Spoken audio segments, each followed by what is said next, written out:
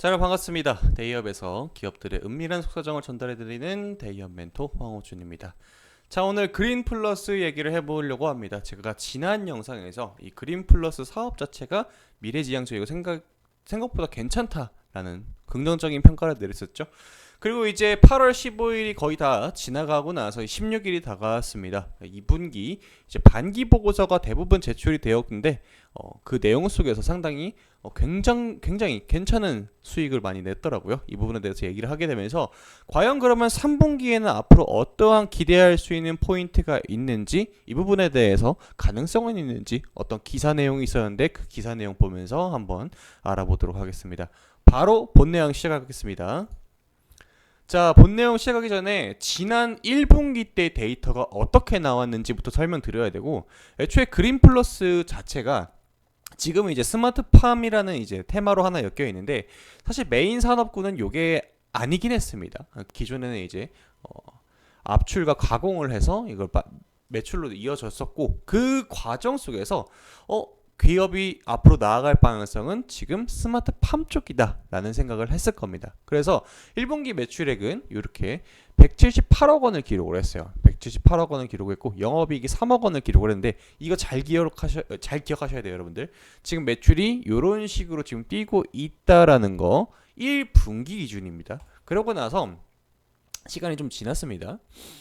지금 현재 이제 알루미늄 제품들의 압출하고 가공도 같이 지금 영위를 하고 있는데, 지금 중요한 이 핵심 산업이 온실 산업이에요. 온실 이쪽 여기 지금. 그래서 수익을 낼 수 있는 방법이 여러 가지가 있는 회사 중에 하나야.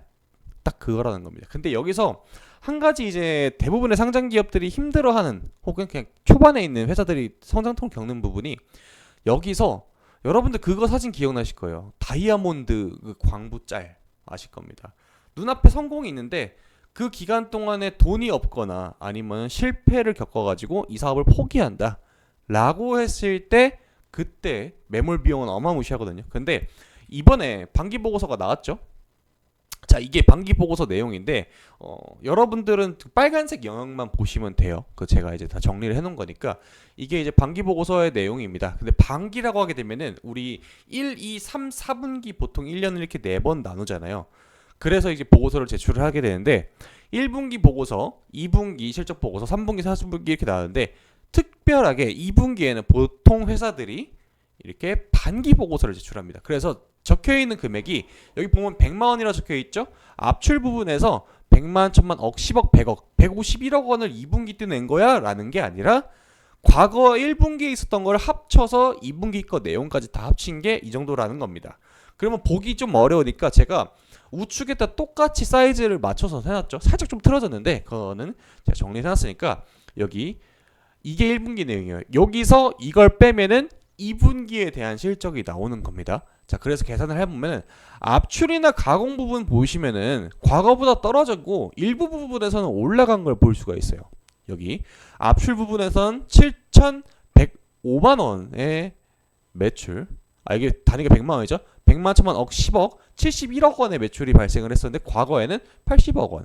그리고 가공 부분에서는 2배 정도 상승을 했고, 그 외 부분들 중요한 게 뭐라고 했었죠? 이 스마트팜 부분입니다. 스마트팜 부분. 자, 그런데 보면은 스마트팜에 자재를 납품하는 것 내수 부분에서는 대동소이했습니다. 그런데 스마트팜 자재 수출 부분에서는 크게 성장을 했어요. 약 2배 정도의 과거 대비, 지난 분기 대비 성장을 했었고, 더 재미있는 부분은 이 스마트팜 시공 부분이에요. 시공 부분.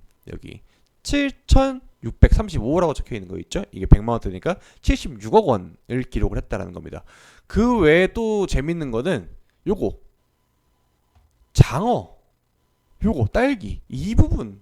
장어 같은 경우에는 상당히 좀 의외였는데 여름이 다가와서 그런가요? 이제 뭐 몸보신 시즌이 다가와서 그런 건지 매출액이 2배 떴습니다. 아무튼 이러한 소소한 재미들을 챙겨갈 수 있는 부분들이 이 그린 플러스라는 기업 자체에는 존재하고 있다라는 건데, 제가 계속해서 이제 스마트팜 자체를 좋게 생각을 하고 있는 게, 어쨌거나 이제 우리는 주식을 하는 사람 입장으로 봤을 때 얼마나 이 기업 자체 뉴스를 재밌고 맛있게 나와서 내가 산 가격보다 다른 사람들이 높게 살 수 있는 확률이 높은 기업을 찾는 그 게임이잖아요. 근데 이런 거 보면 여러분들 잘 생각해 보세요. 지금 스마트팜이라는 건 보통 초창기 태동을 했을 때 언제였냐면은 사우디아라비아 쪽에 얘기가 많았어요. 사우디아라비아. 그 네옴시티 할 때 같이 떴던 테마 중에 하나거든요. 그러니까 이제 식량난이 얘기가 되면 될수록 이 친구들이 한 번씩 떠오르고 러시아 우크라이나 전쟁 이게 장기화가 되다 보니까 사람들의 사고의 전환이 야 장기화가 되고 있는데 우크라이나가 재건될 때 이때 스마트팜을 하겠다 뭐 이런 생각까지 이제 장기화가 되니까 영역이 넓혀져 간다라는 그런 내용도 있었습니다. 근데 그거 외에도 실제로 찍히는 데이터 자체가 스마트팜 자체의 매출액이 증가를 하고 있다라는 게 상당히 긍정적인 부분이라 보고 있고, 그러면은 도대체 지난 분기 1분기 대비했을 때 2분기는 어떠한 요인 때문에 이 친구들이 성장을 했는지, 직전 분기 대비 성장을 했는지 이 부분을 보면 되겠죠. 사실 실상 생각을 해보면은 사우디아라비아 수주 그냥 우리들의 희망입니다. 그리고 두 번째, 러시아 우크라이나 전쟁 장기화되니까 우크라이나에서 스마트팜을 하겠다. 이것도 우리의 희망사항인 거예요. 그러면 근데 그거는 희망사항인데 실질적으로 어떠한 부분이 매출로 직결이 됐기 때문에 이번 반기 보고서에서 성장을 한 거잖아요. 근데 그걸로 추측되는 내용들을 제가 뉴스를 하나 보여드릴 건데 그거 뉴스를 보면서 과거 비슷했던 기업들이 하나 있습니다. 그 얘기도 해볼게요. 자, 요 내용입니다. 이게 정말 이제 농업 관련된 뉴스들은 그렇게 막 이슈몰이가 안 돼서 좀 아쉽긴 한데 저도 이제 킨텍스라든지 코엑스에서 기업 박람회라든지 전시회 같은 게 열리게 되면 꼭 한 번씩 가는 타입인데 가서 느끼면은 정말 대단한 기업들 많다라는 그 느낌을 확실히 받을 수 있어요. 그래서 이 그린플러스가 호트 커넥션스라는 박람회를 참여를 했고 여기서 어떤 내용들이 오갔냐면은 사진은 이렇습니다. 그린플러스가 오스트레일리아라고 적혀있죠. 호주 오세아니아 지역 쪽에서 있는 이 농업 박람회라든지 아니면은 대한민국 아시아 오세아니아 대륙 최대 원예 박람회래요. 여기서 참가를 했으면 어떤 걸 하냐면은 예를 들어서 우리가 진짜 좋은 기술력을 갖고 있는 회사예요. 그러면 그걸 참가를 해서 우리 거 제품들 사주세요 하고 바이어들이 오고 그 관련된 업계 사람들이 모이는 어떻게 보면 개모임 같은 거라고 생각하시면 됩니다. 커뮤니티라고 보면 돼요. 그래서 거기에 참가를 했는데 지난 3일부터 5일까지 오세아니아 대륙 최대 원예 박람회인 호트 커넥션스를 참여를 했다라는 건데 이거 기사가 언제 나왔냐면 6월 달이거든요. 6월 달. 그러니까 4, 5, 6월 농사를 졌던 게 여기에 포함이 되어 있을 수가 있다는 거예요. 이번 반기 보고서에 있었던 매출액이. 자, 그래서 보면은 호트 커넥션스는 2017년 국제 신선 농산물 협회가 공동으로 해서 그래서 이 규모가 200억의 농업 원예 기업 대표자 5,000명 정도가 참가를 했다라는 건데 과거에도 이런 뉴스가 있고 나서 성장했던 기업들이 몇 개가 이 뉴스를 보자마자 느꼈던 게 뭐냐면은 바로 한미반도체예요.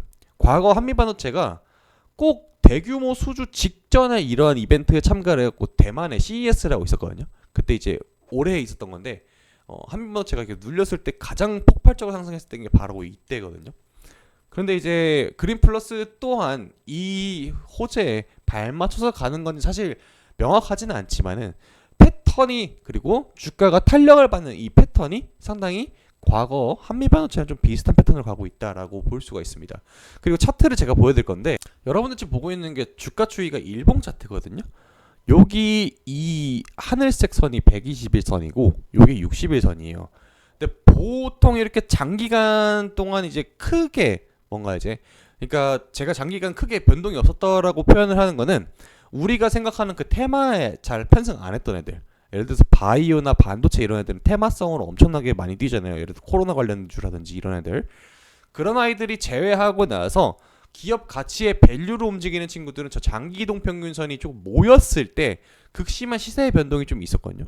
극심한 시세 변동을 하게 되면 막 쭉쭉쭉쭉 올라가는 건 아니고 어떠한 방금 말씀드렸던 호주에 가가지고 어떠한 성과를 갖고 왔다는 뉴스 기사가 있게 되면 그 기사를 기점으로 해서 꾸준한 우상향을 보여주는 그러한 경향을 좀 많이 보여줬습니다. 근데 그게 시대의 방향성과 맞아야 돼요. 다행히 그린플러스에서 영위하고 있는 스마트팜 자체는 앞으로도 단순하게 농업혁명이라든지 이런 걸 떠나서 또 다른 영역으로 이제 영역이 넘어갈 수 있는 무궁무진한 가능성이 있는 사업의 영역이기 때문에 이 부분 좀 좋게 보여야 될 긍정적인 포인트라고 보고 있고 한동안은 좀 아마 이 부분에서 많이 고전을 겪을 거라고 생각하고 있습니다. 여러분들 사실 보더라도 과거에 있었던 이 13,000원대 이거 매물대 여기 있었던 걸 어떻게 해결을 해주고 이거를 잘 소화하면서 그에 맞는 방향성대로 실적이 나올지 이게 좀 중요합니다.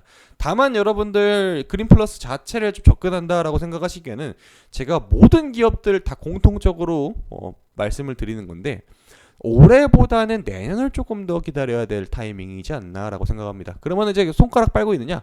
뭐 그게 정 싫으시면은 적립식으로 하는 것도 나쁘지 않고 아니면 아예 그냥 지금은 현금을 들고 가는 것도 괜찮은 메리트라고 보고 있습니다. 시대의 상황에 좀 맞게 투자를 하신다면은 분명하게 좀 좋은 성과가 따라올 거라고 저는 생각을 하고 있기 때문에 여러분들 성공 투자하시고 다음번 영상에서는 제가 그린플러스 자체에 호재가 발생하게 되면은 그 뉴스로 인사드리도록 하겠습니다.